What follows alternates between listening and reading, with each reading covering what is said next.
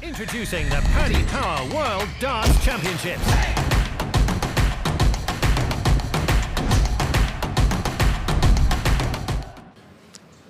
Callan, many congratulations. Talk us through that game after coming through an absolute cracker.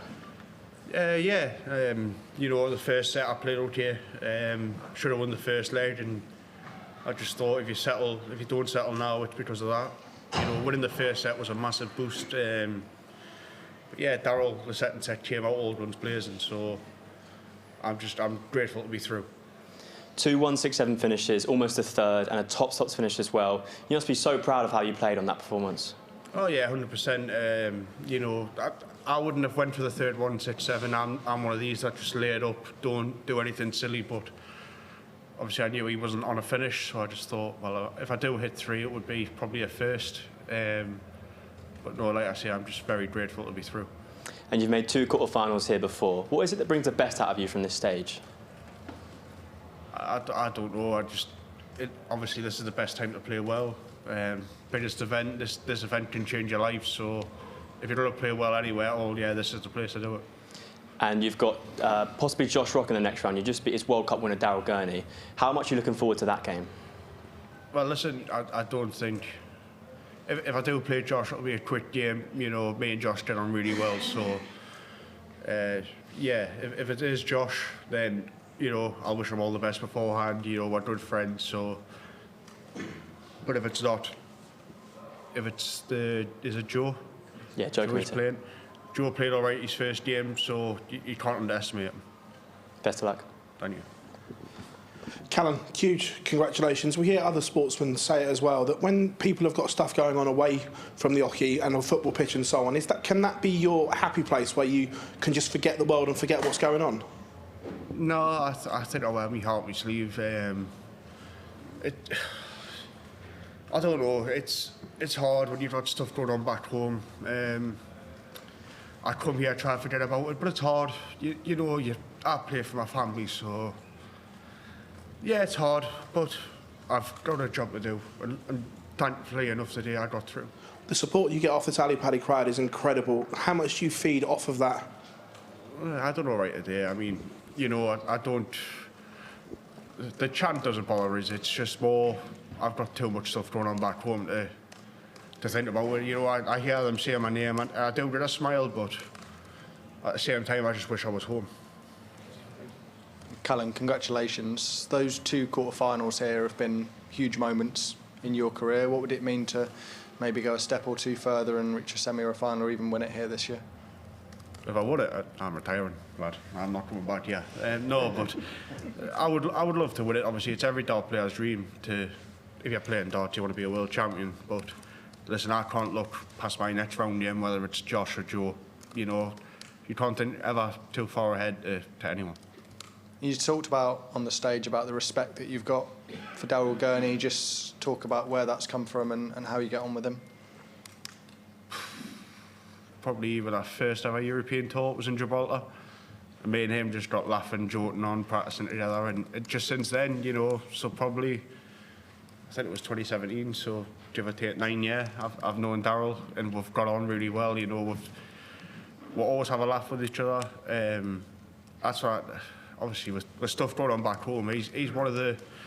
You've got like Luke Woodhouse, who I'm good friends with, James Hurrell. You know, they message us all the time because they know what's going on. I don't really want to say it, but yeah, it's just nice to have friends away from the dartboard. And what did Daryl say to you after the match? I know you had a bit of a chat with him. He just said it's all you, lad.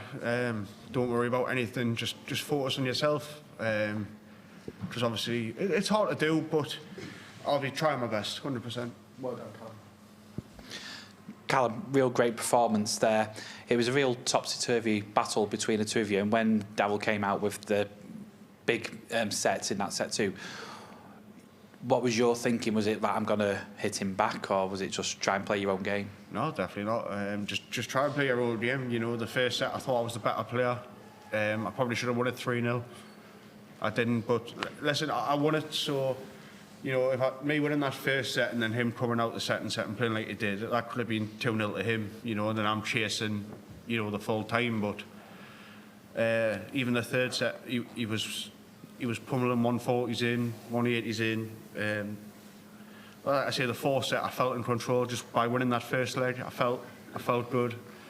Obviously, the fifth set, we went to a tie-break, and I lost one to Peter Wright in the quarter-final a few years ago. So it's like I say, I don't want to say that experience helped because it was a long time ago, but it definitely gave us a motive to win the second time around. Do you think that's a statement of how much your game has grown, where in the past you might have faltered and might have fluffed your lines? Do you think now, from the learnings over the past few years, you're now a more complete player? Yeah, 100%. I know I can do it.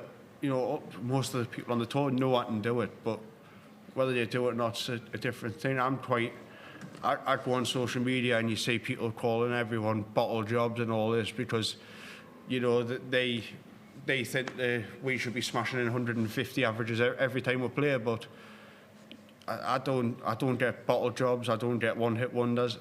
If you are going to be a one-hit wonder, some people say this is the event to do it. Well, we wish you all the very best over the Christmas period and good luck in the next round. Thank you. Cheers. Hi, Callan. Congratulations today. As has been said earlier, your best performances have been on the biggest stage. Your 2 quarter-final appearance runs today. The fans love you. As I said earlier, your best performances are in when the crowd's biggest. It's almost like you're made for the Premier League, even though order merit-wise you're not quite there. Do you sort of almost feel the same way? Absolutely not. I'm nowhere near the Premier League. I mean, I got up to 21 in the world at one point, but I know I'm not good enough for the Premier League. I'm not cut out to travel 16, 17 weeks being away from home with what's going on at the minute. Not a chance. But listen, if I got offered it, I would never say no. But at the minute, it's all about this event. Nothing to do with the Premier League. Well, I appreciate it might be quite difficult to quantify, especially now. But how far away do you think you are from perhaps getting to that stage? Like I say, if I'd win this, I would definitely be in it, but I can't look past round 3, which I know is Josh or Joe, so for me it's just fully focused on them. Can you just sort of try to explain what goes through your mind on like a stage as big as this, especially when it's at like sudden death? You know, what's like the thought process you go through when you step up to get like a match start or to perhaps stay in an important leg? Well, that's it. I say I would have normally went for the 167 for the match. But obviously I knew that was for the 3rd time. I don't know, I'm grateful to get through. I think the 100 was the shot where he left 68 or 60, I don't know off the top of my head. But that was the leg where if he tried to break us, if that made sense. And obviously the tops went in, I think that just crushed him a little bit. And again, that was as tense as a darts match can possibly get. You know, do you think perhaps 3 or 4 years ago when you was a bit younger, do you think you would have got through that kind of battle? Probably not, no, definitely not. I've matured, definitely. I'm still an absolute fruit cake, 100%, but, you know, I know myself, I've matured, and that performance shows it. Well, you're an amazing darts player as well. Congratulations, mate. Cheers, mate, thank you. Yeah, Alan, views on congratulations. So, we saw you up on that stage, how emotional you were. Just what does that win mean to you? The win means everything. I play for my family, and that's it. You know, I know people say they play for themselves. Look, I do. I play for myself, but I also play for my family because my grandma, my granddad, my mum, they're the ones that got us into darts. So, for me, everything's for them. And we've seen, obviously, players like Humphreys have their own issues off the hockey, and now he's on that. He's a world champion, he's won the Premier League, he's won a bunch of other tournaments. Is he someone you do potentially take inspiration from, being a similar age as to what you Probably, might yeah.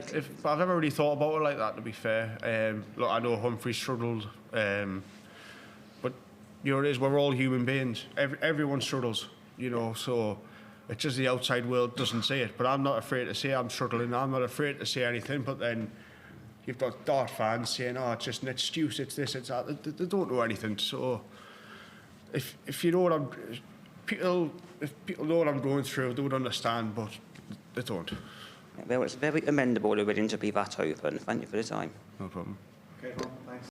Introducing the Paddy Power World Darts Championship.